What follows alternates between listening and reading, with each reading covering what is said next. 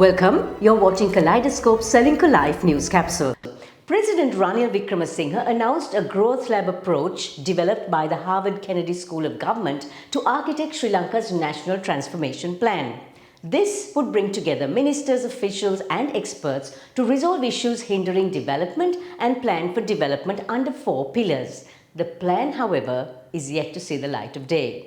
I asked former Deputy Governor of the Central Bank of Sri Lanka, W A Wijewardena, whether this will work in the current context. Mr. Wijewardena, do you think Sri Lanka can actually meet the goals of this national transformation plan? Well, of course, one of the problems that Sri Lanka has internally is that we have plans, but our implementation mechanism is very weak. I mean, it happened to the first 5-year plan in 1971 under Mrs. Bandaranaike. Prior to that, in 1959, we had the 10-year plan, which had been designed by Dr. Gamini Korea for Mr. Bandaranaike. And none of these plans had been implemented in Sri Lanka. And the same problem we have with the present plan also.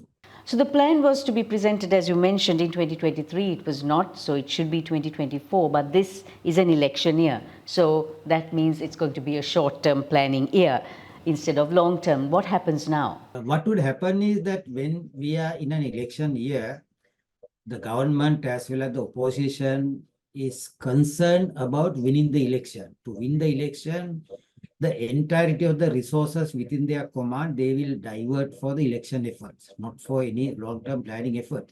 So as a result, even in 2024, we have a problem that the present government will not be able to implement the transformation plan, design the transformation plan and let alone implementing it, because they will devote the whole time that had been available to them for the purpose of designing on the strategies to win the election.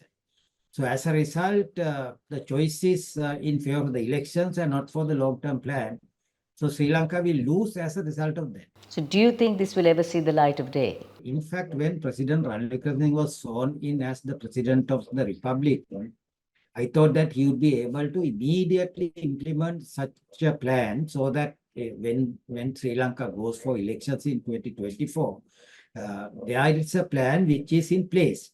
But that didn't happen. Instead, he was doing the firefighting activities, coordinating and consolidating his power within the Pudujana Peramuna. And as a result, and he was inviting the opposition also to join him continuously, which was just a gesture that he made without any concrete plan to get their support. So what we are actually experiencing is the general deficiency in the project and the plan implementation mechanism in Sri Lanka, which is very weak. Now, this doesn't happen in a country like South Korea or even in India. When they have a plan, they actually implement that plan very seriously. Kaleidoscope is on YouTube, Facebook, Instagram and LinkedIn. If you like our show, don't forget, you've got to subscribe and follow.